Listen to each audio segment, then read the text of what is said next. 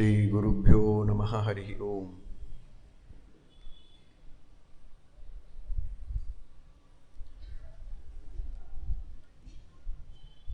ನಾರಾಯಣಂ ಸುರಗುರುಂ ಜಗದೇಕನಾಥಂ ಭಕ್ತಪ್ರಿಯಂ ಸಕಲಲೋಕನಮಸ್ಕೃತಂಚ ತ್ರೈಗುಣ್ಯವರ್ಜಿತಮಜಂ ವಿಭುಮಾದ್ಯಮೀಶಂ ವಂದೇ ಭವಘ್ನಮಮರಾಸುರಸಿದ್ಧವಂದ್ಯಂ.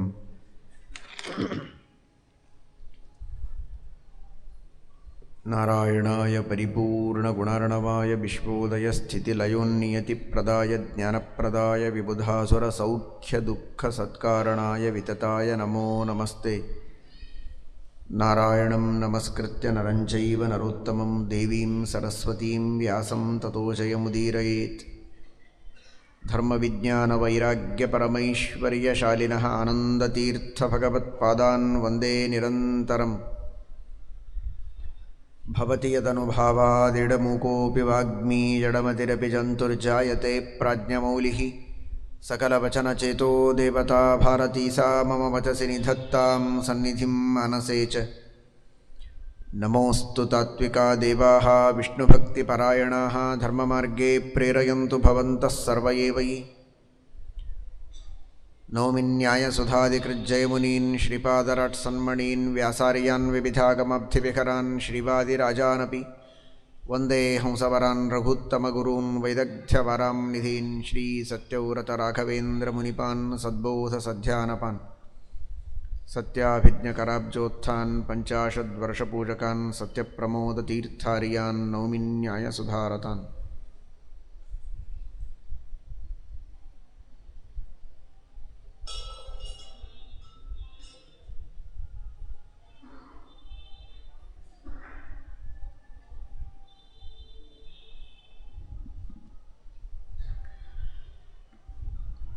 ಮನುಷ್ಯನಿಗೆ ಶಾಸ್ತ್ರದಲ್ಲಿ ಹೇಳಿದ ಕರ್ಮಗಳನ್ನು ಅನುಷ್ಠಾನ ಮಾಡುವುದಕ್ಕೆ ಆ ಮೊದಲು ಶಾಸ್ತ್ರಗಳ ಅಧ್ಯಯನವನ್ನು ಮಾಡುವುದಕ್ಕೆ ಆಲಸ್ಯ ಸಲ್ಲದು. ಆಲಸ್ಯ ಎಲ್ಲ ರೀತಿಯ ದುಃಖಗಳಿಗೆ ಕಾರಣ. ನಾನಾ ತರಹದ ರೋಗಗಳಿವೆ. ಅವುಗಳಿಗೆ ಮೂಲ ಕಾರಣಗಳುಂಟು. ಅನಿವಾರ್ಯವಾಗಿ ಬಂದೊದಗಿದಾಗ ಪರಿಹಾರಕ್ಕೆ ಉಪಾಯಗಳೂ ಉಂಟು. ಆದರೆ ನಮಗೆ ಆಲಸ್ಯ. ಯಾವ ಅಪಥ್ಯ ಆಹಾರ ಸೇವನೆಯಿಂದ ಯಾವ ರೋಗ ಬರುತ್ತೆ, ಯಾವ ತರಹದ ವಾತಾವರಣದಲ್ಲಿ ಇರುವುದರಿಂದ ರೋಗಗಳು, ಇವುಗಳನ್ನು ಹೇಳುವುದಕ್ಕೆ ಬಂದರೆ ವೈದ್ಯರ ಸಲಹೆಗಳನ್ನು ಸ್ವೀಕರಿಸುವುದಕ್ಕೆ ನಾವು ತಯಾರಾಗುವುದಿಲ್ಲ.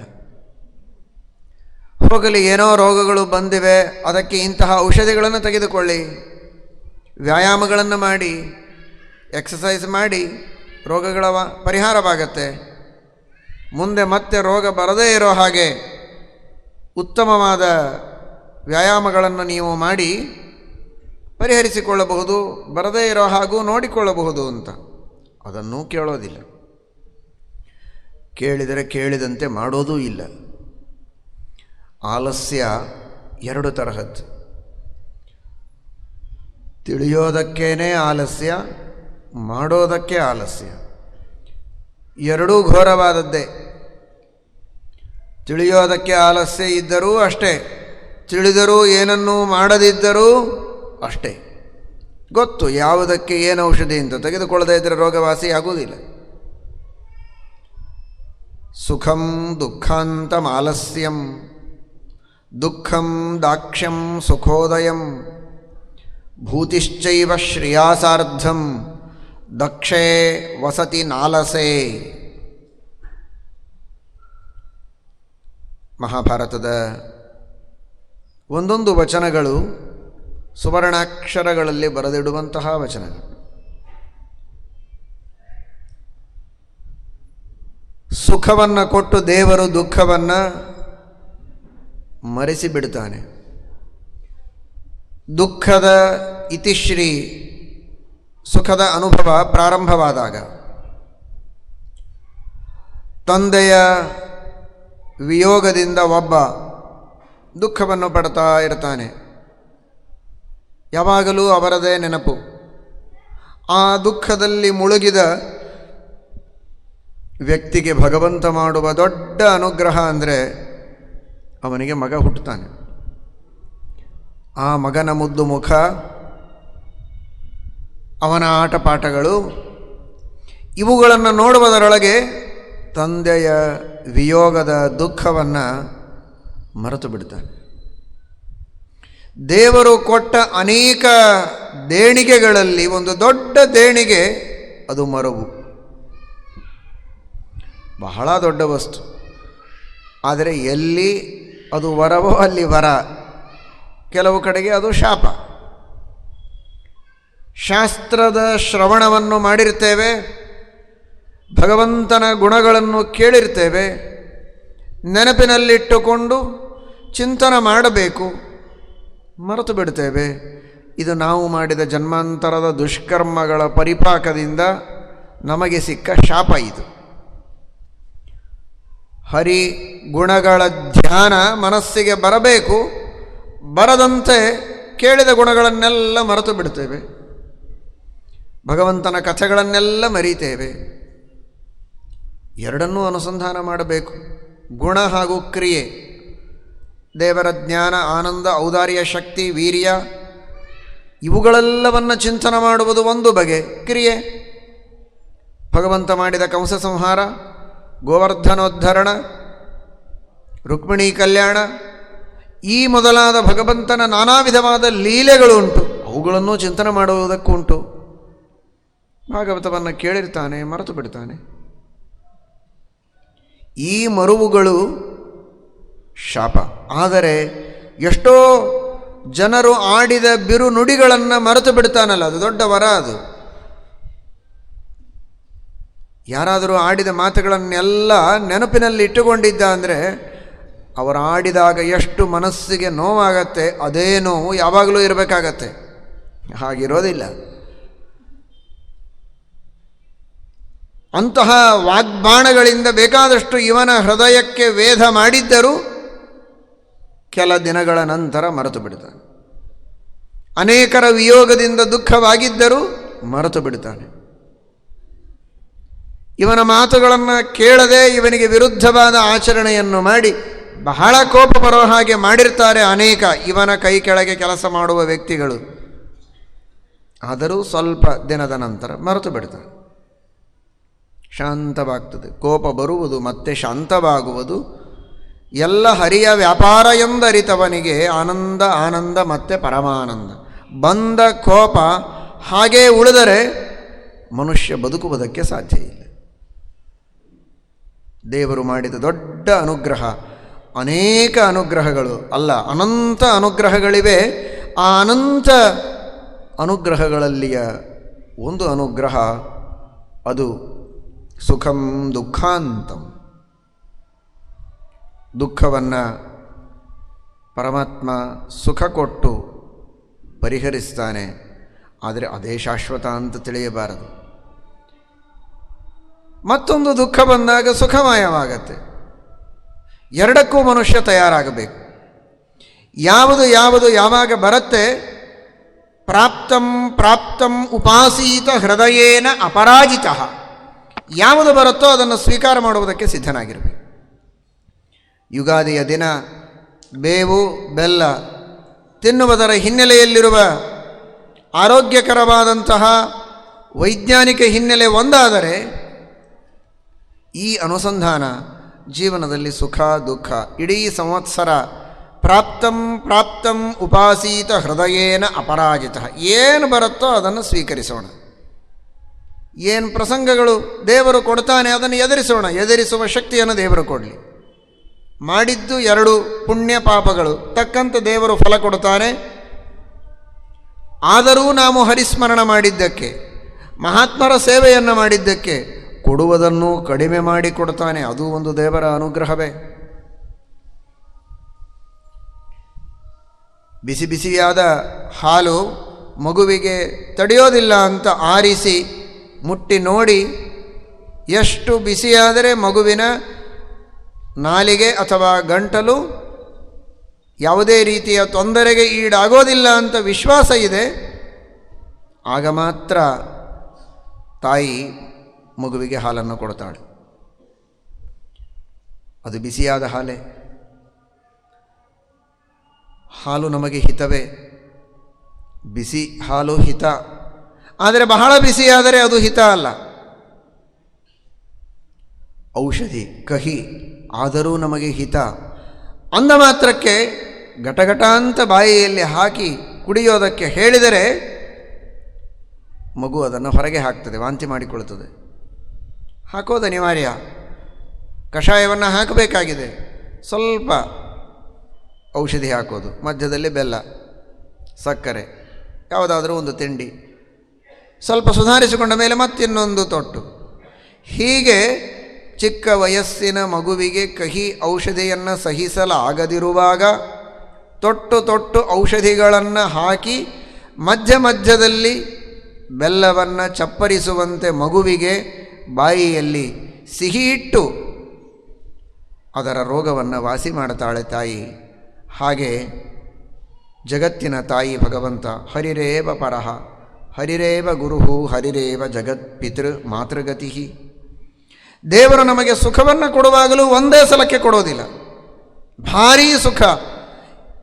ಆಲೋಚನೆ ಮಾಡಿ, ಹುಟ್ಟಿದಾರಭ್ಯ ಸಾಯುವವರೆಗೆ ಈ ಜನ್ಮದಲ್ಲಿ ಏನೆಲ್ಲ ಸುಖಗಳನ್ನು ಈ ಮಾನವ ಅನುಭವಿಸುವುದಕ್ಕುಂಟೋ ಲಿಸ್ಟು ಮಾಡಿ ಒಂದೊಮ್ಮೆ ಎಲ್ಲ ಸುಖಗಳನ್ನು ಸೇರಿಸಿ ಒಂದು ಮೊತ್ತ ಮಾಡಿ ಕೊಟ್ಟ ಅಂದರೆ ಹಾರ್ಟ್ ಫೇಲ್ ಆಗಿ ಸತ್ತೋಗ್ತಾನೆ. ಅಷ್ಟು ಸುಖವನ್ನು ತಡೆದುಕೊಳ್ಳೋದಕ್ಕಾಗೋದಿಲ್ಲ. ಅಷ್ಟು ಸುಖಾನುಭೂತಿಯನ್ನು ಪಡೆದುಕೊಳ್ಳುವ ಯೋಗ್ಯತೆ ಈ ಮಾನವನ ಅಲ್ಪ ಶಕ್ತಿ ಇರುವ ಹೃದಯಕ್ಕೆ ಇಲ್ಲ. ಎಷ್ಟೋ ಜನ ಆನಂದದಿಂದ ಹೃದಯಾಘಾತಕ್ಕೊಳಗಾದವರಿದ್ದಾರೆ. ಹಾಗಾದರೆ ಬಿಸಿ ಹಾಲು ಹಿತವಾದರೂ ಅತಿ ಬಿಸಿಯಾಗಬಾರದು, ಸ್ವಲ್ಪ ಸ್ವಲ್ಪ ಅದನ್ನು ಕೊಡುವಂತೆ ನಮಗೆ ದಕ್ಕುವ ಸುಖ ಬೇಕಾದಷ್ಟಿರಬಹುದು. ಆದರೆ ಅದನ್ನು ಕಾಲಕಾಲಕ್ಕೆ ಸ್ವಲ್ಪ ಸ್ವಲ್ಪ ಕೊಟ್ಟು ಆ ಸುಖ ಇದು ಸುಖ ಅಂತ ಆಗೋ ಹಾಗೆ ಸುಖವನ್ನು ಕೊಡ್ತಾನೆ. ಸುಖ ಬಹಳ ಆಯಿತು ಅಂತ ಸತ್ತರೆ ಪ್ರಯೋಜನ ಏನು? ಹಾಗೇನೇ ದುಃಖವನ್ನು ಒಂದೇ ಸಲ ಎಲ್ಲ ದುಃಖ. ಸ್ವಲ್ಪ ಸಿಟ್ಟು ಬಂದರೆ ಒಂದು ಸ್ವಲ್ಪ ಕಣ್ಣು ಕೆಂಪಾಗತ್ತೆ, ಹುಬ್ಬು ಗಂಟು ಹಾಕಿ ಜೋರಾಗಿ ಬೈತಾನೆ. ಬಹಳ ಸಿಟ್ಟು ಬಂದರೆ ಮೈಯೆಲ್ಲ ಬೆವತ್ತು ಹೋಗ್ತದೆ, ಭಾರೀ ಬಿ ಪಿ ರೈಸ್ ಆಗಿಬಿಡ್ತದೆ. ಮತ್ತೆ ಅವನಿಗೆ ಔಷಧೋಪಚಾರ ಮಾಡೋ ಪ್ರಸಂಗಗಳು ಕೆಲವೊಮ್ಮೆ ಕೆಲವರಿಗೆ ಬರ್ತದೆ. ಯಾರಿಗೆ ಆ ತರಹದ ಕ್ರೋಧವನ್ನು ನಿಗ್ರಹ ಮಾಡುವ ಆಧ್ಯಾತ್ಮಿಕ ಹಿನ್ನೆಲೆ ಅಥವಾ ವಿವೇಕದ ತಳಹದಿ ಇಲ್ಲ, ಅಂಥವರಿಗೆ ಭಾರೀ ಕೋಪ ಬಂದರೆ ಅನಿವಾರ್ಯವಾಗಿ ಔಷಧೋಪಚಾರಗಳನ್ನು ಮಾಡುವ ಪ್ರಸಂಗ ಬರ್ತದೆ. ಹಾಗಾದರೆ ಆಲೋಚನೆ ಮಾಡಿ, ಆ ತರಹದ ಸಣ್ಣ ಪುಟ್ಟ ಕ್ರೋಧಗಳು ಮಗುವಿದ್ದಾಗಿನಿಂದ ಇವನಿಗೆ ಪ್ರಾರಂಭವಾಗ್ತವೆ. ಮಗು ಇದ್ದಾಗಿನಿಂದ ಕ್ರೋಧ ಪ್ರಾರಂಭ, ಹೌದು ಅಲ್ವೋ ಹೇಳಿ? ಕೈಯಲ್ಲಿ ಕಲ್ಲು ಸಕ್ಕರೆ ಕೊಟ್ಟು ತೆಗೆದುಕೊಂಡ್ರೆ ಮಗುವಿಗೆ ಸಿಟ್ಟು ಬರ್ತದೆ. ಆ ಚಿಕ್ಕ ವಯಸ್ಸಿನಿಂದ ಕ್ರೋಧ ಪ್ರಾರಂಭ. ಸ್ವಲ್ಪ ದೊಡ್ಡದಾದ ಮೇಲೆ ಸಣ್ಣ ಪುಟ್ಟ ಕಲ್ಲು ಸಕ್ಕರೆ ತೆಗೆದುಕೊಂಡ್ರೆ ತಗೋ ಅಂತ ಕೊಡಬಹುದು. ಇವನಿಗೆ ಬಹಳ ಬೇಕಾದ ವಸ್ತುಗಳು ಯಾವುದಾದರೂ ಇದ್ದರೆ, ಬಟ್ಟೆ, ಪುಸ್ತಕ, ಹಣ, ಅವುಗಳನ್ನು ತೆಗೆದುಕೊಂಡಾಗ ಸಿಟ್ಟು. ಇನ್ನೂ ದೊಡ್ಡ ವಯಸ್ಸು ಬಂದಾಗ ಇನ್ನೂ ಹೆಚ್ಚಿನ ಪದಾರ್ಥಗಳ ಮೇಲೆ ಅಭಿಮಾನ. ಅವನಿಗೆ ಬರೀ ವಸ್ತು ತೆಗೆದುಕೊಂಡಾಗ ಸಿಟ್ಟಲ್ಲ, ತನ್ನ ಮನಸ್ಸಿಗೆ ವಿರುದ್ಧ ಏನಾದರೂ ಅದಕ್ಕೆ ಸಿಟ್ಟು. ಎಲ್ಲ ಸಿಟ್ಟುಗಳನ್ನು ಒಟ್ಟುಗೂಡಿಸಿ ಒಂದು ಸಲ ದೇವರು ಕೊಟ್ಟರೆ, ಎಲ್ಲ ದುಃಖಗಳನ್ನು ಒಟ್ಟುಗೂಡಿಸಿ ಕೊಟ್ಟರೆ, ಎಲ್ಲ ಕಾಮಗಳನ್ನು ಒಟ್ಟು ಕೊಡೋದಿಲ್ಲ. ಅಸ್ಮದಿಷ್ಟೈಕ ಕಾರ್ಯಾಯ ಭಗವಂತ ಪಾಪ ಬಡಪಾಯಿ ಒಂದೇ ಸಲ ಕೊಟ್ಟರೆ ಸುಖ ಅನುಭವಿಸುವುದಕ್ಕೂ ದುಃಖ ಅನುಭವಿಸುವುದಕ್ಕೂ ಕೋಪ ಮಾಡುವುದಕ್ಕೂ ಕಾಮಿಸುವುದಕ್ಕೂ ದ್ವೇಷ ಮಾಡುವುದಕ್ಕೂ ಯಾವುದಕ್ಕೂ ಯೋಗ್ಯತೆ ಇಲ್ಲದೆ ಇರುವಂತಹ ಪಾಮರ. ಆದರೆ ಇವನಿಗೆ ಅವನ ಕರ್ಮಗಳಿಗೆ ತಕ್ಕಂತೆ ಎಲ್ಲವನ್ನೂ ಕೊಡಬೇಕು. ಸ್ವಲ್ಪ ಸ್ವಲ್ಪ ಸ್ವಲ್ಪ ಸುಖ, ಮತ್ತೆ ದುಃಖ, ಮತ್ತೆ ಸುಖ, ಕ್ರೋಧ, ಇದ್ದಕ್ಕಿದ್ದ ಹಾಗೆ ಮರುವು, ಮತ್ತೆ ಪ್ರೇಮ, ದ್ವೇಷ, ಮತ್ತೆ ವಾತ್ಸಲ್ಯ, ಬಾಂಧವ್ಯ. ಈ ರೀತಿಯ ಚಕ್ರದೊಳಗೆ ಭಗವಂತ ಕರ್ಮಗಳಿಗೆ ತಕ್ಕ ಫಲವನ್ನು ಕೊಟ್ಟರೂ ಒಟ್ಟಿಗೆ ಕೊಡದೆ ಬಿಡಿ ಬಿಡಿಯಾಗಿ ಕೊಟ್ಟು ಅದನ್ನು ಸಹಿಸಿಕೊಳ್ಳುವ ಯೋಗ್ಯತೆಯನ್ನು ಭಗವಂತ ನೀಡುತ್ತಾನೆ. ಇದು ದೇವರು ಮಾಡಿದ ದೊಡ್ಡ ಅನುಗ್ರಹ, ಉಪಕಾರ. ಆ ಉಪಕಾರವನ್ನು ಸ್ಮರಣೆಗೆ ತಂದುಕೊಳ್ತಾ ಪ್ರಾಪ್ತಂ ಪ್ರಾಪ್ತಂ ಉಪಾಸೀತ ಹೃದಯೇನ ಅಪರಾಜಿತ. ಈ ತರಹದ ಸುಖ ದುಃಖಗಳ ಆಕ್ರಮಣಕ್ಕೆ ಸೋಲದೆ ಧೈರ್ಯದಿಂದ ಅವುಗಳನ್ನು ಸ್ವಾಗತಿಸಬೇಕಂತೆ. ಅವುಗಳು ಶತ್ರುಗಳು ಅಂತ ತಿಳಿದರೆ ಸೋಲ್ತಾನೆ. ಯಾಕೆಂದರೆ ಅವುಗಳು ಇವನ ಮನೆಯ ಮೇಲೆ ಬರೋದು ನಿಶ್ಚಿತ.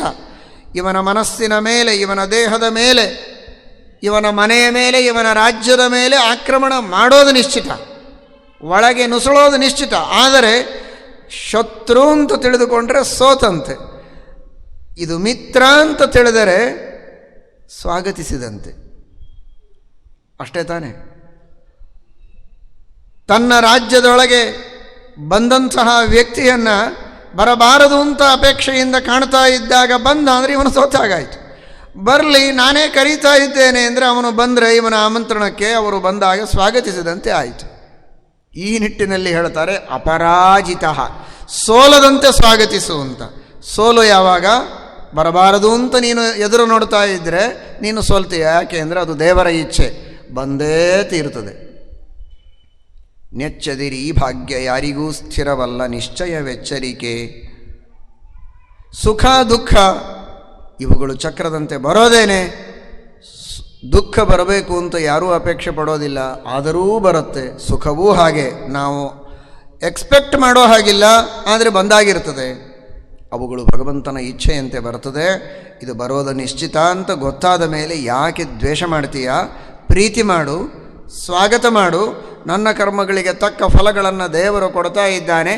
ಅವನೇ ಪ್ರೀತಿಯಿಂದ ಕಡಿಮೆ ಮಾಡಿಯೇ ಕೊಡ್ತಾನೆ. ವಿಶೇಷವಾಗಿ ಹರಿನಾಮ ಸ್ಮರಣಾದಿ ಪ್ರಾಯಶ್ಚಿತ್ತಗಳನ್ನು ಮಾಡಿದರೆ ಇನ್ನೂ ಕಡಿಮೆ ಮಾಡಿ ಕೊಡ್ತಾನೆ. ಕೈ ಮುರಿಯುವ ಪ್ರಸಂಗ ಇದ್ದರೆ ಸ್ವಲ್ಪ ಪೆಟ್ಟಾಗತ್ತೆ, ಜೋರಾಗಿ ಪೆಟ್ಟಾಗಿ ಬಹಳ ದಿನ ನೋವಾಗುವ ಪ್ರಸಂಗ ಇದ್ದರೆ ಸ್ವಲ್ಪ ಸ್ಕ್ರ್ಯಾಚಸ್ ಬಿದ್ದಾಗತ್ತೆ, ಅಷ್ಟೇ, ಜಾಸ್ತಿ ಏನಾಗೋದಿಲ್ಲ. ಆದರೆ ಆಗಬೇಕಾದದ್ದು ಬಹಳ ಇತ್ತು, ಕಡಿಮೆ ಮಾಡಿ ಕೊಡ್ತಾನೆ. ಇವನು ಸ್ವಲ್ಪ ಸ್ಕ್ರ್ಯಾಚಸ್ ಬಿದ್ದದ್ದಕ್ಕೇನೆ, ತರಚಿದ್ದಕ್ಕೇನೆ ತರಾಟೆಗೆ ತೆಗೆದುಕೊಳ್ತಾನೆ ದೇವರನ್ನು. ಏನು ಹೀಗೆ ಮಾಡ್ತಾನೆ ದೇವರು? ನಾನು ಈಗ ಕೃಷ್ಣನಿಗೆ ನಮಸ್ಕಾರ ಮಾಡಿ ಬಂದೆ, ಯಾಕೆ ಮಾಡಬೇಕಾಗಿತ್ತು? ದೇವರಿಗೆ ನಮಸ್ಕಾರ ಮಾಡಿದರೂ ನನಗೆ ಈ ರೀತಿ ಆಗೋದಾದರೆ, ನೀನು ಮಾಡದೇ ಬಂದಿದ್ದರೆ ಕೈ ಕತ್ತರಿಸಿ ಸಿಗದೆ ಎಲ್ಲಿಯೋ ಸಿಡಿದು ಹೋಗಬೇಕಾಗಿತ್ತು, ಟ್ರೈನ್ ಕೆಳಗೆ ಬಿದ್ದು. ಅಷ್ಟು ದೊಡ್ಡ ಪಾಪ ಇತ್ತು ಜನ್ಮಾಂತರದಲ್ಲಿ. ಯಾವುದೋ ಜ್ಞಾನಿಗಳಿಗೆ, ತಂದೆ ತಾಯಿಗಳಿಗೆ ಕೈ ಎತ್ತಿ ಹೊಡೆದದ್ದರ ಪಾಪ. ಆದರೆ ಈಗ ನೀನು ಮಾಡಿದ ಹರಿನಾಮ ಸ್ಮರಣ, ಭಗವಂತನಿಗೆ ನಮಸ್ಕರಿಸಿದ್ದು, ಈ ಪ್ರಾಯಶ್ಚಿತ್ತದಿಂದ ಅದು ಕಡಿಮೆಯಾಗಿ ಇಷ್ಟರ ಮಟ್ಟಿಗೆ ಬಂದಿದೆ. ಇದನ್ನು ಅರ್ಥ ಮಾಡಿಕೊ ಅಂತ ಶಾಸ್ತ್ರ ಹೇಳುತ್ತದೆ. ಹೀಗಾಗಿ ದೇವರು ನಾವು ಮಾಡಿದ ಕರ್ಮಗಳಿಗೆ ಬರುವ ಸುಖ ದುಃಖಗಳನ್ನು ಹಿತವಾಗಿ ಮಿತವಾಗಿ ನಮಗೆ ನೀಡುತ್ತಾನೆ. ಅವುಗಳು ಬರಲಿ, ಬಂದಾಗ ಅದನ್ನು ಎದುರಿಸುವ ಶಕ್ತಿ ನಮಗಿರಲಿ ಅಂತ ಪ್ರಾಪ್ತಂ ಪ್ರಾಪ್ತಂ ಉಪಾಸೀತ ಹೃದಯೇನ ಅಪರಾಜಿತ ಸುಖಂ ದುಃಖಾಂತಂ ದುಃಖಂ ಸುಖಾಂತಂ. ಈ ನಿರ್ಣಯವನ್ನು ಇಟ್ಟುಕೊಂಡು ಮನುಷ್ಯ ಸಾಗಬೇಕು. ಆದರೆ ಆಲಸ್ಯ ಮಾತ್ರ ಸಲ್ಲದು. ಶಾಸ್ತ್ರಗಳ ಅಧ್ಯಯನವನ್ನು ಮಾಡದೆ ಉದಾಸೀನವಾಗಿರಬಾರದು. ಮೊಟ್ಟ ಮೊದಲನೆಯ ಕೆಲಸ ಇಲ್ಲಿ ಬಂದ ಎಲ್ಲ ಭಕ್ತ ಮಹಾಶಯರಲ್ಲಿ ಶ್ರೀಮನ್ಮಹಾಭಾರತದ ಒಂದು ಆದೇಶವನ್ನು, ವೇದವ್ಯಾಸ ದೇವರ ಆದೇಶವನ್ನು ತಿಳಿಸೋದು ಅಂದರೆ, ಮೊದಲು ಎಲ್ಲ ಭಗವದ್ಭಕ್ತರು ಶಾಸ್ತ್ರಗಳ ಗ್ರಂಥಗಳನ್ನು ನಿಮ್ಮ ಮನೆಯಲ್ಲಿ ಇಡುವ ಒಂದು ಸಂಕಲ್ಪವನ್ನು ಮಾಡಿ. ದೇವರು ಹಣ ಕೊಟ್ಟಿದ್ದಾನೆ, ಉದ್ಯೋಗವನ್ನು ಮಾಡಿ ಬೇಕಾದಷ್ಟು ಹಣ ಗಳಿಸಿದ್ದೀರಿ, ಸೌಭಾಗ್ಯವನ್ನು ಕೊಟ್ಟಿದ್ದಾನೆ. ಅವರವರ ಯೋಗ್ಯತೆಗೆ ತಕ್ಕ ಹಾಗೆ ಮಹಾಭಾರತದ ಗ್ರಂಥ, ರಾಮಾಯಣ, ಭಾಗವತ, ಸರ್ವಮೂಲ ಗ್ರಂಥಗಳು, ಇವುಗಳನ್ನು ಮನೆಯಲ್ಲಿ ತಂದು ಇಟ್ಟುಕೊಳ್ಳುವ ಒಂದು ಸಂಕಲ್ಪವನ್ನು ಮಾಡಿ. ಮೊದಲನೆಯ ಹೆಜ್ಜೆ. ಯಾಕೆಂದರೆ ಬಹಳ ಸಮಯ ಏನು ಖರ್ಚಾಗೋದಿಲ್ಲ. ಒಂದು ಸಲ ಹೋಗಿ ಒಳ್ಳೆಯ ವಿದ್ವಾಂಸರನ್ನು ಸಂಪರ್ಕಿಸಿ ಯಾವ ಪುಸ್ತಕಗಳು ಎಲ್ಲಿ ಸಿಗತ್ತೆ, ಬೇಕು ಅಂದರೆ ನಿಮಗೆ ಈ ಎಲ್ಲ ಶುದ್ಧ ಸಾಂಪ್ರದಾಯಿಕವಾಗಿ ಶ್ರೀಮದಾಚಾರ್ಯರ ನಿರ್ಣಯಕ್ಕನುಗುಣವಾಗಿ ಮುದ್ರಿತವಾದ ಗ್ರಂಥಗಳು ಎಲ್ಲಿ ದೊರಕಬಹುದು ಅಂತ ಸೂಚನೆಯನ್ನು ನೀಡಬಹುದು ಫಲಕದಲ್ಲಿ. ಆ ಸೂಚನೆಗೆ ತಕ್ಕಂತೆ ತಂದು ಮನೆಯಲ್ಲಿ ಇಟ್ಟುಕೊಳ್ಳಿ. ಒಂದನೆಯ ಹೆಜ್ಜೆ. ಎಲ್ಲ ಪುಸ್ತಕಗಳು ಅಷ್ಟಿಡೋದಕ್ಕೆ ಮನೆಯಲ್ಲಿ ಜಾಗ ಇಲ್ಲ, ಅಥವಾ ಕೆಲವರಿಗೆ ಅಷ್ಟು ಹಣವೂ ಇಲ್ಲ ಅಂತಾದರೆ ಒಂದಾದರೂ ಇಟ್ಟುಕೊಳ್ಳಿ. ಶ್ರೀಮನ್ ಮಹಾಭಾರತ ತಾತ್ಪರ್ಯ ನಿರ್ಣಯ, ಅದರಲ್ಲಿ ಮಹಾಭಾರತವೂ ಇದೆ, ಭಾಗವತವೂ ಇದೆ, ಹರಿವಂಶವೂ ಇದೆ, ರಾಮಾಯಣವೂ ಇದೆ, ಸಕಲ ಶಾಸ್ತ್ರಗಳ ಸಾರವೂ ಇದೆ. ಒಂದಾದರೂ ಮನೆಯಲ್ಲಿ ಮೊದಲಿಗೆ ಪುಸ್ತಕ ಇಟ್ಟುಕೊಳ್ಳಿ. ಎರಡನೆಯದು, ವಿದ್ವಾಂಸರ ಜ್ಞಾನಿಗಳ ಮುಖದಿಂದ ಒಂದು ಬಾರಿಯಾದರೂ ಜೀವನದಲ್ಲಿ ಶ್ರವಣ ಮಾಡಬೇಕು ಅನ್ನುವ ಸಂಕಲ್ಪವನ್ನು ಮಾಡಿ. ಇದು ಎರಡನೆಯ ಸಂಕಲ್ಪ. ನೋಡಿ, ಬೇರೆ ಧರ್ಮದ ಜನರಲ್ಲಿ ಮನೆಗಳಲ್ಲಿ ಓದಲಿ ಓದದಿರಲಿ ಆ ಒಂದು ಪುಸ್ತಕ, ತಮ್ಮ ಧರ್ಮದ ಗ್ರಂಥ ಮನೆಯಲ್ಲಿ ಇರ್ತದೆ. ಇದು ಸನಾತನ ಧರ್ಮ, ಇದು ವೈದಿಕ ಧರ್ಮ, ಇದು ಮೂಲ ಧರ್ಮ, ಇದು ಅನಂತ ಕಾಲದವರೆಗೆ ಉಳಿಯುವ ಸ್ಥಿರವಾದ ಧರ್ಮ, ಇದು ಯುಗ ಯುಗಗಳಿಂದ ನಡೆದು ಬಂದಂತಹ ಧರ್ಮ. ಧಾವನ್ ನಿಮೀಲ್ಯವಾ ನೇತ್ರೆ ನ ಸ್ಖಲೇತ್ ನ ಪತೇದಿಹ. ಕಣ್ಣು ಮುಚ್ಚಿ ಓಡಿದರೂ ಕೂಡ ಎಡಬೋದಿಲ್ಲ, ಬೀಳೋದಿಲ್ಲ. ಅಂತಹ ಅತಿ ಶುದ್ಧವಾದ ಸ್ವಚ್ಛವಾದ ಜ್ಞಾನಿಗಳಿಂದ ಅನುಸರಿಸಲ್ಪಟ್ಟ ಶ್ರೇಷ್ಠವಾದ ಮಾರ್ಗ ಈ ಸನಾತನ ಧರ್ಮ, ಈ ಶುದ್ಧವಾದ ವೈಷ್ಣವ ಧರ್ಮ. ಅನಾದಿ ಸತ್ಸಂಪ್ರದಾಯ ಪರಂಪರಾ ಪ್ರಾಪ್ತ ಶ್ರೀಮದ್ ವೈಷ್ಣವ ಸಿದ್ಧಾಂತ ಪ್ರತಿಷ್ಠಾಪಕಾನಾಂ ಎಂಬುದಾಗಿ ರಾಘವೇಂದ್ರ ಸ್ವಾಮಿಗಳು ಶ್ರೀಮದ್ ಆಚಾರ್ಯರ ಬಗ್ಗೆ ಹೇಳ್ತಾರೆ. ಅಂತಹ ಶ್ರೇಷ್ಠವಾದ ವಿಷ್ಣು ಸರ್ವೋತ್ತಮತ್ವವನ್ನು ತಿಳಿಯುವ ಈ ಮತ, ಈ ಧರ್ಮ, ಇಂತಹ ಧರ್ಮದ ಗ್ರಂಥವನ್ನು ನಾವು ಮನೆಯಲ್ಲಿ ಇಟ್ಟುಕೊಳ್ಳೋದಿಲ್ಲ. ಯಾವ ಧರ್ಮದ ಇತಿಹಾಸ ಇತ್ತೀಚಿನದು ಅಂಥವರಲ್ಲ ಆ ಧರ್ಮಗ್ರಂಥಗಳನ್ನು ಇಟ್ಟುಕೊಂಡು ಮನೆಯಲ್ಲಿ ಪೂಜೆ ಮಾಡುವುದನ್ನು ನೋಡಿದಾಗ ಒಂದು ರೀತಿಯಲ್ಲಿ ನಾಚಿಕೆಯಾಗುತ್ತೆ, ತಲೆ ತಗ್ಗಿಸುವ ಪ್ರಸಂಗ, ದುಃಖ ಮನಸ್ಸಿನಲ್ಲಿ ಬಹಳ ಆಗತ್ತೆ. ಯಾಕೆ ಈ ತರಹದ ದೀಕ್ಷೆ ನಮ್ಮ ಜನರಲ್ಲಿ ಬಂದಿಲ್ಲ ಅಂತ. ಮೊದಲನೆಯದಾಗಿ ಗ್ರಂಥದ ಸಂಗ್ರಹ. ಎರಡನೆಯ ಹೆಜ್ಜೆ, ಬರೀ ಪುಸ್ತಕ ಇದ್ದರೆ ಜ್ಞಾನ ಬರುವುದಿಲ್ಲ. ಗ್ರಂಥಗಳ ಪೂಜೆಯನ್ನು ಮಾಡುವ ಪುಣ್ಯದಿಂದ ಆ ಗ್ರಂಥದ ಭಾವವನ್ನು ಶ್ರವಣ ಮಾಡುವಂತಹ ಸೌಭಾಗ್ಯವನ್ನು ದೇವರು ಕೊಡ್ತಾನೆ. ಮನೆಯಲ್ಲಿಟ್ಟು ಅದನ್ನು ಪೂಜೆ ಮಾಡಿ, ತಂದಿಟ್ಟು ಧೂಳು ಜಾಡಿಸದೆ ಇಡಬೇಡಿ, ನಮಸ್ಕಾರ ಮಾಡಿ, ಪೂಜೆ ಮಾಡಿ. ಆ ಪುಣ್ಯದಿಂದ ಶ್ರವಣ ಮಾಡೋ ಭಾಗ್ಯ ಸಿಗಲಿ ಅಂತ ಪ್ರಾರ್ಥಿಸಿಕೊಳ್ಳಿ. ಪ್ರಾರ್ಥನೆಗೆ ಶಕ್ತಿ ಬಹಳ ಇದೆ. ಗ್ರಂಥ ರಚನೆ ಮಾಡಿದ ಶ್ರೀಮದ್ ಆಚಾರ್ಯರು, ಪ್ರತಿಪಾದ್ಯನಾದ ಶ್ರೀಕೃಷ್ಣ, ಶ್ರೀರಾಮಚಂದ್ರ, ವೇದವ್ಯಾಸದೇವರು ಆ ಭಾಗ್ಯವನ್ನು ಕರುಣಿಸ್ತಾರೆ. ಪ್ರಯತ್ನವನ್ನು ಮಾಡಿ, ಬರೀ ಪ್ರಾರ್ಥನೆಯಲ್ಲ, ಜೊತೆಗೆ ಪ್ರಯತ್ನವನ್ನು ಮಾಡಿ. ಈಗೆಲ್ಲ ಬಂದಿದ್ದೀರಲ್ಲ, ಮೊನ್ನೆನೇ ಹೇಳಿದೆ, ಮತ್ತೆ ಹೇಳ್ತೇನೆ, ನಿಜವಾಗಿಯೂ ಸಂತೋಷ. ಇಷ್ಟು ಜನ ಆಸ್ತಿಕರು ಬಂದು ಶ್ರವಣವನ್ನು ಮಾಡ್ತಾ ಇದ್ದೀರಿ. ವಿದ್ವಾಂಸರ ಮುಖದಿಂದ ಆ ಎಲ್ಲ ಗ್ರಂಥಗಳ ಭಾವವನ್ನು ಶ್ರವಣ ಮಾಡಿ, ಅಲ್ಲಿ ಬರುವ ಭಗವಂತನ ಮಹಿಮೆಗಳನ್ನು ತಿಳಿದು ಅನುಸಂಧಾನ ಮಾಡಿ. ಎರಡು ತರಹದ ಮಾತುಗಳು ಶಾಸ್ತ್ರಗಳಲ್ಲಿ ಬರುತ್ತದೆ, ಕೆಲವು ಚಿಂತನಕ್ಕೆ, ಕೆಲವು ಅನುಷ್ಠಾನಕ್ಕೆ.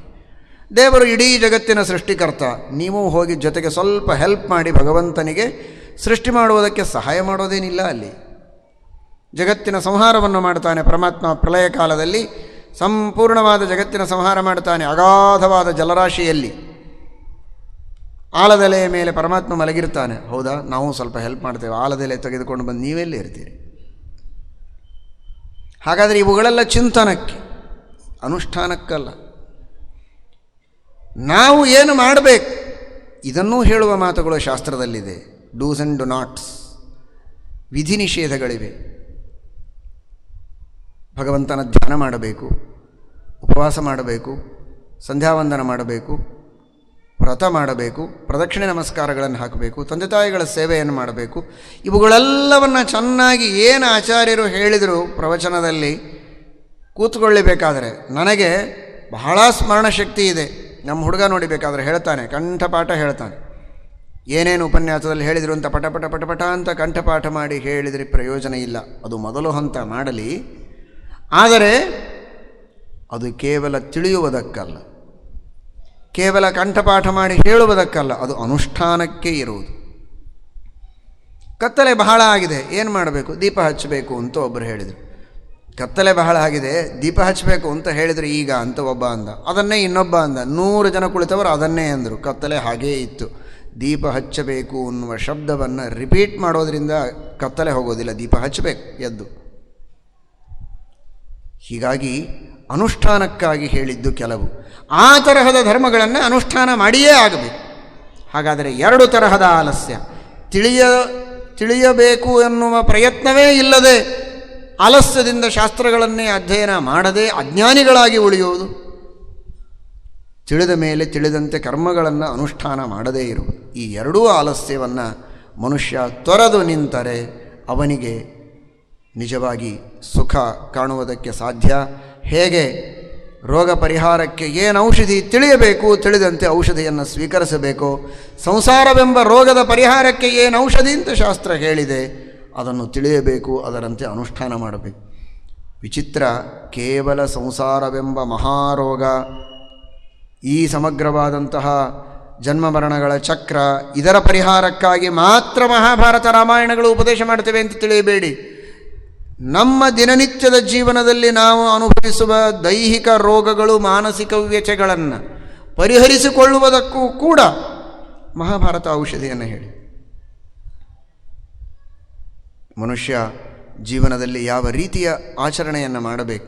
ಬೆಳಿಗ್ಗೆ ಎದ್ದಾಗಿನಿಂದ ರಾತ್ರಿ ಮಲಗುವವರೆಗೆ ಯಾವ ಹೊತ್ತಿಗೆ ಏಳಬೇಕು, ಎದ್ದ ಮೇಲೆ ಏನು ಮಾಡಬೇಕು, ಮಲಗುವವರೆಗೆ ಏನೆಲ್ಲ ಮಾಡಬೇಕು, ಈ ಮಾತುಗಳನ್ನು ಮಹಾಭಾರತದಲ್ಲಿ, ಭಾಗವತದಲ್ಲಿ, ರಾಮಾಯಣದಲ್ಲಿ ಹೇಳಿದಂತೆ ಪ್ರಾಮಾಣಿಕವಾಗಿ ಅನುಷ್ಠಾನದಲ್ಲಿ ತಂದದ್ದೇ ಆದರೆ ಯಾವ ರೋಗಗಳೂ ಬರುವಂತ ಇಲ್ಲ. ದೀರ್ಘ ಆಯುಷ್ಯವಂತನಾಗಿ ಸುದೃಢ ಆರೋಗ್ಯವಂತನಾಗಿ ಮನುಷ್ಯ ಇರಬಹುದು. ಅಷ್ಟು ಅಚ್ಚುಕಟ್ಟಾಗಿ ಇತಿಹಾಸ ಪುರಾಣಗಳು, ಸ್ಮೃತಿ ಗ್ರಂಥಗಳು, ಧರ್ಮಗ್ರಂಥಗಳು ನಮಗೆ ಹೇಳಿಕೊಟ್ಟಿವೆ.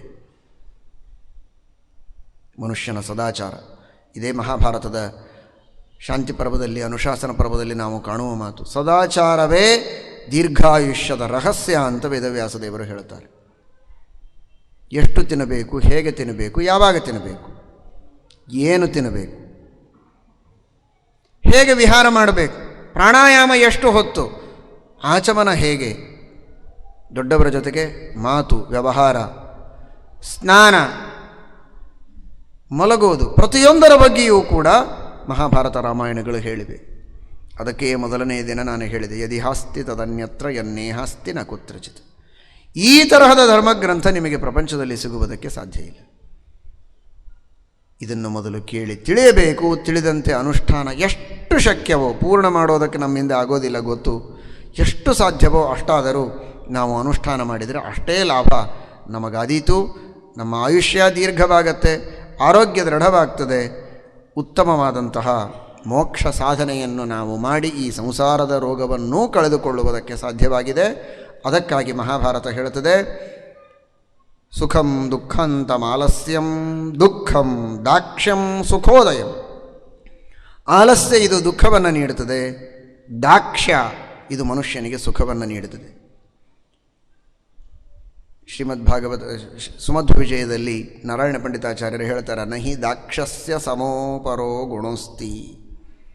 ಶ್ರೀಮದಾಚಾರ್ಯರು ಸಂಚಾರಕ್ಕೆ ಹೊರಡುವಾಗ ಕೆಲವರು ನಿಧಾನ ಮಾಡ್ತಿದ್ದರಂತೆ, ಕೆಲವರು ಅವಸರದಲ್ಲಿ ಶ್ರೀಮದಾಚಾರ್ಯರ ಮನಸ್ಸಿನಲ್ಲಿ ಏನಿದೆ ಅಂತ ತಿಳಿದುಕೊಂಡು ಸರಿಯಾಗಿ ಹೊತ್ತಿಗೆ ಅನುಕೂಲವಾಗುವ ರೀತಿಯಲ್ಲಿ ಎಲ್ಲ ಸಿದ್ಧ ಮಾಡಿಡ್ತಿದ್ದರಂತೆ. ಅವರ ಮೇಲೆ ವಿಶೇಷವಾಗಿ ಶ್ರೀಮದಾಚಾರ್ಯರು ಅನುಗ್ರಹ ಮಾಡುತ್ತಿದ್ದರು. ಯಾಕೆಂದರೆ ಆ ದಕ್ಷತೆ. ಹೇಳಿದ ಮೇಲೆ ಕೆಲಸ ಮಾಡೋದು ಮಧ್ಯಮ, ಹೇಳಿದ ಮೇಲೂ ಮಾಡದೇ ಇರುವವರು ಅಧಮರು. ಆದರೆ ಹೇಳದೇ ಇದ್ದರೂ ಮನಸ್ಸಿನಲ್ಲಿದ್ದದ್ದನ್ನು ತಿಳಿದುಕೊಂಡು ಮಾಡುವುದು ಅದು ಉತ್ತಮ ಶಿಷ್ಯರ ಲಕ್ಷಣ. ಆ ತರಹದ ದಕ್ಷತೆ ಮನುಷ್ಯನಿಗೆ ಇದ್ದರೆ ಜೀವನದಲ್ಲಿ ಅವನು ಸುಖವನ್ನು ಅನುಭವಿಸಬಹುದು. ಆಲಸ್ಯವನ್ನು ಎಂದಿಗೂ ಶಾಸ್ತ್ರದ ವಿಷಯದಲ್ಲಿ ವಿಶೇಷವಾಗಿ ಮನುಷ್ಯ ಮಾಡಬಾರದು. ಭೂತಿಶ್ಚೈವ ಶ್ರೇಯಾಸಾರ್ಧಂ, ಇದಂತೂ ಎಲ್ಲರಿಗೆ ಗೊತ್ತಿದ್ದ ವಿಷಯ.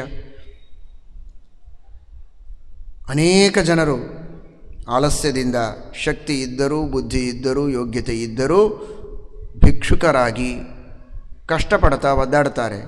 ಭೂತಿಶ್ಚೈವ ಶ್ರೇಯಾಸಾರ್ಧಂ ದಕ್ಷೇ ವಸತಿ ನಾಲಸೆ. ಒಬ್ಬ ಕೇಳ್ತಾ ಇದ್ದಂತೆ, ಭಿಕ್ಷೆ ಬಿಡ್ತಾ ಇದ್ದ. ಶ್ರೀಮಂತ ಒಬ್ಬ ಕರೆದ ಅವನನ್ನು. ಯಾಕೆ ಇಷ್ಟು ಒದರ್ತೀಯಪ್ಪ, ಏನು ಬೇಕು ನಿನಗೆ? ಗೊತ್ತಲ್ಲ ನಾನು ಯಾಕೆ ಬರ್ತೇನೆ ಮನೆಗೆ ಅಂತ. ನನ್ನ ವೇಷ ನೋಡಿ ಭಿಕ್ಷೆ ಬೇಡೋದಕ್ಕೆ ಬಂದಿದ್ದೇನೆ, ಹಣ ಕೊಡೋದಾದರೆ ಕೊಡಿ, ಉಪದೇಶ ಯಾಕೆ ಮಾಡ್ತೀರ ನನಗೆ ಎಂದ ಅವನು. ಕೊಡ್ತೇನೆ, ಆದರೆ ಏನಾದರೂ ನನಗೆ ನೀನೇನು ಕೊಟ್ಟರೆ ಕೊಡ್ತೇನೆ. ಏನು ಬೇಕು ಹೇಳಿ? ಈ ಒಡದ ಬುಟ್ಟೆ ಇದೆ, ಇದನ್ನು ಕೊಡಲ? ಹರದ ಪಂಚ ಇದೆ, ಅದನ್ನು ಕೊಡಬೇಕಾ? ಏನು ಬೇಕು? ಅದು ಯಾವುದು ಬೇಡ, ಒಂದು ಬಟ್ಟು ಕೊಡು ಸಾಕು ನಿನ್ನದು. ಅಯ್ಯೋ ಅದೇ ಕೊಡ್ಲಿಕ್ಕೆ ಸಾಧ್ಯ ಅಂದ. ಏನು ಕೊಡ್ತೀಯ? ಒಂದು ಕಣ್ಣು ಕೊಡು, ಕಿವಿ ಕೊಡು, ಬಟ್ಟು ಕೊಡು, ಏನು ಒಂದು ಕೂದಲು ನಾನು ಕಿತ್ತಿ ಕೊಡೋದಿಲ್ಲ ಅಂದ. ಚೆನ್ನಾಗಿ ಹಿಕ್ಕೊಂಡು ಬಂದಿದ್ದೇನೆ ಎಣ್ಣೆ ಹೆಚ್ಚಿಕೊಂಡು, ನನ್ನ ಕೂದಲು ಕೊಡೋದಿಲ್ಲ, ಇನ್ನು ಉಳಿದನ್ನಂತೂ ಸಾಧ್ಯವೇ ಇಲ್ಲ ಅಂದ. ಹಾಗಾದರೆ ಒಂದೊಂದು ಎಷ್ಟು ಲಕ್ಷ, ಕೋಟಿ, 10 ಕೋಟಿ ಕೊಟ್ಟರೂ ಕೊಡೋದಿಲ್ಲ ಅಂದ. ಹಾಗಾದರೆ ನಿನ್ನ ಒಂದೊಂದು ಬೆರಳುಗಳಿಗೆ, ಒಂದು ಕಣ್ಣು, ಕಿವಿ, ಕಾಲು, ಮೂಗು, ಪ್ರತಿಯೊಂದಕ್ಕೂ 10 ಕೋಟಿ ಕೊಟ್ಟರೂ ಕೊಡೋದಿಲ್ಲ ಅಂದರೆ ಅದಕ್ಕೂ ಹೆಚ್ಚಿನ ಬೆಲೆ ಇದೆ ಅಂತಾಯ್ತಲ್ಲ.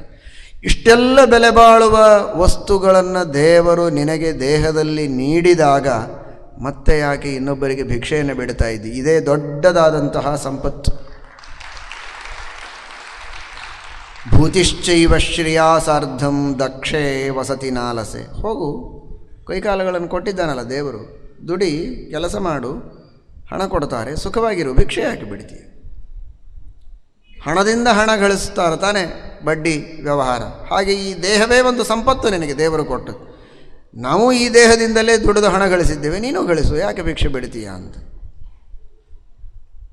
ನಮ್ಮ ಶಾಸ್ತ್ರದಲ್ಲಿ ಶ್ರೀಮದಾಚಾರ್ಯರು ಭಾಗವತ ತಾತ್ಪರ್ಯದಲ್ಲಿ ಹೇಳುವಾಗ ಈ ದೇಹಕ್ಕೆ ಅಭಿಮಾನಿ ದೇವತೆ ಯಾರು ಅಂದರೆ ಕುಬೇರ ಅಂತ ಹೇಳಿದ್ದಾರೆ. ಬಹಳ ಸೊಗಸಾಗಿದೆ ನೋಡಿದರೆ.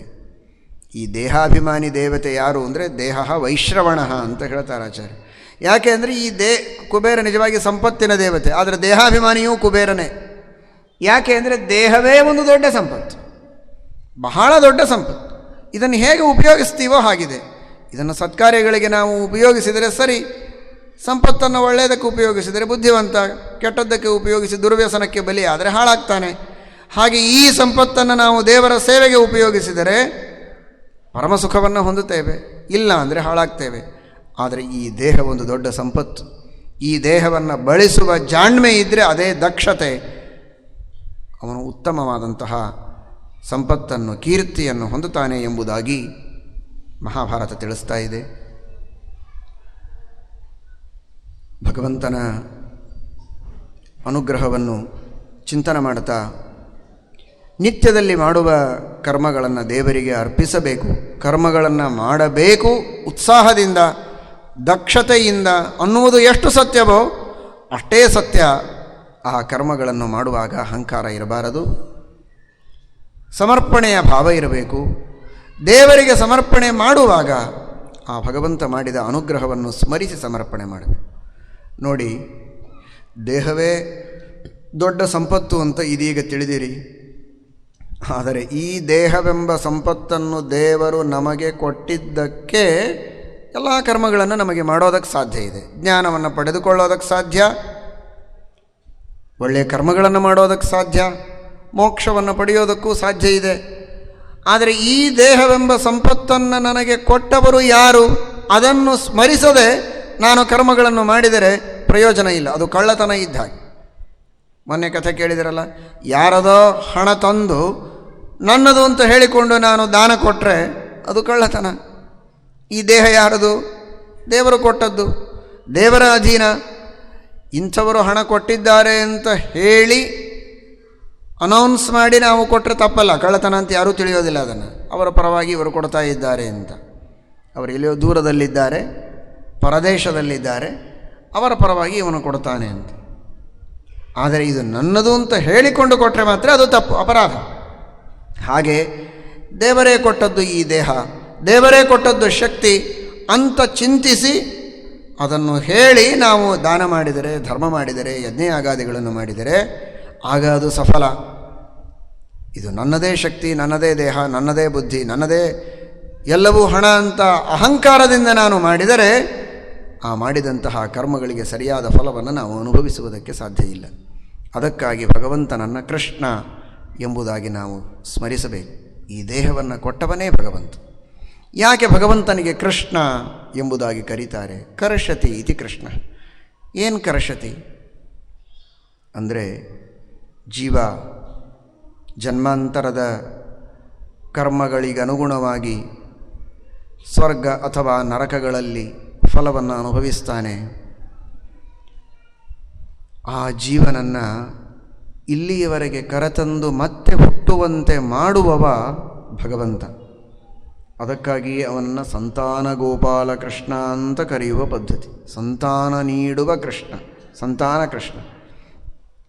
ಕೃಷ್ಣ 5 ರೂಪಗಳಿಂದ ಇದ್ದಾನೆ ಅಂತ ತಾತ್ಪರ್ಯ ನಿರ್ಣಯದಲ್ಲಿ ಹೇಳ್ತಾರೆ. ಒಂದು, ಭಗವಂತ ಮೂಲ ರೂಪದ ಜೊತೆಗೆ ಬ್ರಹ್ಮಲೋಕದಲ್ಲಿ, ಸ್ವರ್ಗದಲ್ಲಿ, ಸೂರ್ಯನಲ್ಲಿ ಸಂತಾನ ಗೋಪಾಲಕೃಷ್ಣ ಮಂತ್ರದ ಜಪ ಮಾಡುವವರಿಗೆ ಸಂತಾನ ನೀಡುವುದಕ್ಕೋಸ್ಕರ ಹೀಗೆ 5 ರೂಪಗಳಿಂದ ಭಗವಂತ ತಾನು ಪರಂಧಾಮಕ್ಕೆ ತೆರಳುವಾಗ ನಿಂತಿದ್ದಾನೆ ಅಂತ ಹೇಳ್ತಾರೆ.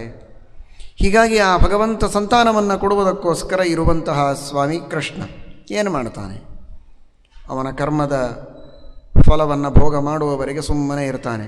ಕ್ಷೀಣೇ ಪುಣ್ಯೇ, ಅವನಿಗೆ ಸ್ವರ್ಗದ ಸುಖವನ್ನು ಅನುಭವಿಸುವ ಪುಣ್ಯ ತೀರಿತು, ಇನ್ನು ಮತ್ತೆ ಅವನಿಗೆ ಭೂಮಿಯಲ್ಲಿ ಹುಟ್ಟುವಂತೆ ಮಾಡಬೇಕು. ಕರ್ಷತಿ, ಆ ಸ್ವರ್ಗದಲ್ಲಿರುವ ಆ ಜೀವನನ್ನು ಸೆಳೆಯುತ್ತಾನೆ, ಎಳೀತಾನೆ. ಅವನನ್ನು ದ್ಯುಲೋಕದಲ್ಲಿ ಹಾಕ್ತಾನೆ. ಅಲ್ಲಿಂದ ಅವನು ಮಳೆಗೆ ಬರ್ತಾನೆ. ದ್ಯು ಪರ್ಜನ್ಯ ಧರಾ ಪುಂ ಸ್ತ್ರೀ ಸಂಸ್ಥಿತಂ ಪಂಚರೂಪಿಣಂ. ಅನಿರುದ್ಧ, ಪ್ರದ್ಯುಮ್ನ, ಸಂಕರ್ಷಣ, ವಾಸುದೇವ, ನಾರಾಯಣ ಎಂಬ ರೂಪಗಳಿಂದ ಭಗವಂತ ಮಾಡುವ ಕೆಲಸ ಏನು ಅಂದರೆ ಅವನನ್ನು ದ್ಯುಲೋಕಕ್ಕೆ ಮೊದಲು ಎಳೀತಾನೆ. ದ್ಯುಲೋಕದಲ್ಲಿ ಎಲ್ಲಿಯೋ ಹಾರಿ ಹೋಗಿಬಿಟ್ರೆ ಅಲ್ಲ, ಯಾಕಂದರೆ ಮೇಲೆ ಹಾಗೆಯೇ ಹೋದ ಮಳೆಗೆ ಬರಲೇ ಇಲ್ಲ. ಮೋಡದಲ್ಲಿ ಬಂದು ಮಳೆಯಲ್ಲಿ ಬರಬೇಕಲ್ಲ, ಆ ಮೋಡಕ್ಕೆ ಸಿಗದಂತೆ ಮೇಲೆ ಹಾರಿ ಹೋದ ಅಂದರೆ ಅವನಿಗೆ ಸೃಷ್ಟಿಯಾಗುವುದಿಲ್ಲ. ಅದಕ್ಕಾಗಿ ಬರೀ ಸಾಮಾನ್ಯ ಶಬ್ದ ಪ್ರಯೋಗ ಮಾಡಲಿಲ್ಲ, ಕರ್ಷತಿ ಅಂತ ಎಳಿತಾನ. ಅವನನ್ನು ಸೀದಾ ಬಂದು ಅವನು ಆ ಮೇಘಗಳಲ್ಲಿ ಬರಬೇಕು, ಮಳೆಯ ರೂಪದಲ್ಲಿ ಕೆಳಗೆ ಬೀಳಬೇಕು. ಆ ಮಳೆಯ ಹನಿಯಲ್ಲಿ ಸೇರಿಕೊಂಡು ಆ ಜೀವ ಕೆಳಗೆ ಬೀಳ್ತಾನೆ. ಬಿದ್ದವ ಎಲ್ಲಿಯೋ ಚರಂಡಿಯಲ್ಲಿ ಬಿದ್ದರೆ ಪ್ರಯೋಜನ ಇಲ್ಲ, ಸಮುದ್ರ ಮಧ್ಯದಲ್ಲಿ ಬಿದ್ದು ಪ್ರಯೋಜನವಿಲ್ಲ. ಅವನು ಎಲ್ಲಿ ಬೀಳಬೇಕು? ಎಲ್ಲಿ ಧಾನ್ಯಗಳು ಬೆಳೆಯಬೇಕಲ್ಲ ಅಲ್ಲಿ ಬೀಳಬೇಕು. ಅಲ್ಲಿರುವಂತಹ ಧಾನ್ಯದೊಳಗೆ ಸೇರಿಕೊಳ್ತಾನೆ. ಭೂಮಿ ಮೇಲೆ ಬಿದ್ದ, ಭೂಮಿಯಲ್ಲಿ ಬಿದ್ದಂತಹ ವ್ಯಕ್ತಿ ಧಾನ್ಯದೊಳಗೆ ಸೇರಿಕೊಳ್ತಾನೆ. ಇದೆಲ್ಲ ಕರ್ಷತಿ. ದ್ಯುಲೋಕಕ್ಕೆ ಕರ್ಷತಿ ಸರಿಯಾಗಿ ತಂದು ಕೂಡಿಸಿದ, ಅಲ್ಲಿಂದ ಪರ್ಜನ್ಯಕ್ಕೆ, ಅಲ್ಲಿಂದ ಭೂಮಿಗೆ, ಭೂಮಿಯಲ್ಲಿರುವಂತಹ ಕಾಳುಗಳಲ್ಲಿ ಸರಿಯಾಗಿ ಸೇರಬೇಕು. ಭೂಮಿಯಲ್ಲಿ ಬೇಕಾದಷ್ಟು ನೀರು ಬೀಳುತ್ತದೆ, ಹರಿದು ಹೋಗಿಬಿಡ್ತದೆ ಅಷ್ಟೇ. ಅಲ್ಲಿ ಅಲ್ಲ, ಸರಿಯಾಗಿ ಎಲ್ಲಿ ಧಾನ್ಯದ ಕಣಗಳು ಬೆಳೆಯಬೇಕೋ ಆ ಮೂಲದಲ್ಲಿಯೇ ಇವನು ಸೇರಬೇಕು. ಹಾಗೆ ಕರ್ಷತಿ ನೋಡಿ, ಸರಿಯಾಗಿ ಸೆಳೆದು ಅಲ್ಲಿ ಸೆಟ್ ಮಾಡ್ತಾನೆ. ಆ ಧಾನ್ಯದೊಳಗೆ ಸೇರಿದ ಮೇಲೆ ಅದನ್ನು ತೆಗೆದುಕೊಂಡು ಬರ್ತಾರೆ. ನೀವು ನೋಡಿದ್ದೀರಿ ಧಾನ್ಯಗಳನ್ನು ರಾಶಿ ಮಾಡುವುದು ಹೇಗೆ ಅಂತ.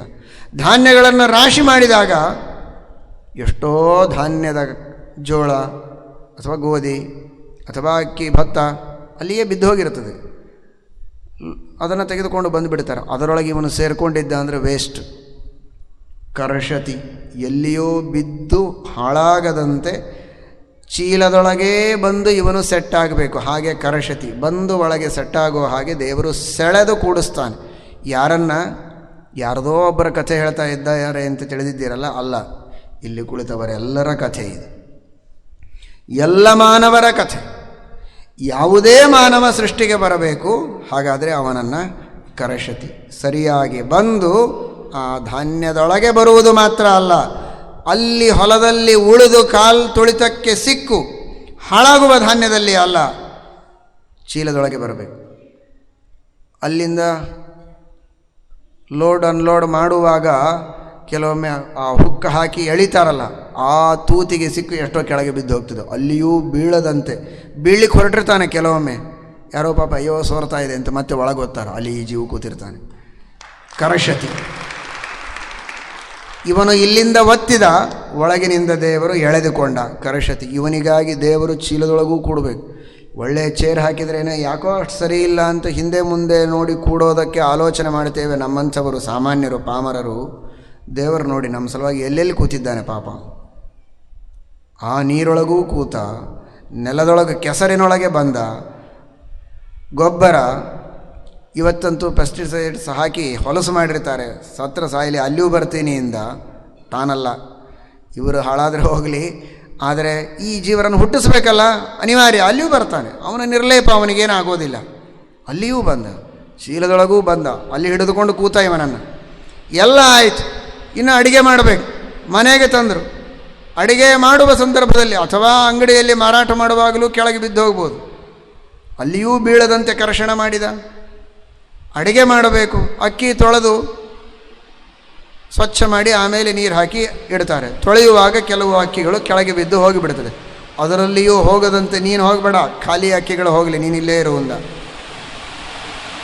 ಎಷ್ಟು ಜೀವರು ಈಗ ಬರ್ತಾ ಇದ್ದಾರೆ ಗೊತ್ತಿಲ್ಲ. ಮಳೆಯಲ್ಲಿ ಎಷ್ಟೋ ಅಕ್ಕಿಗಳು ಹೋಗ್ತದೆ. ಕರಶತಿ.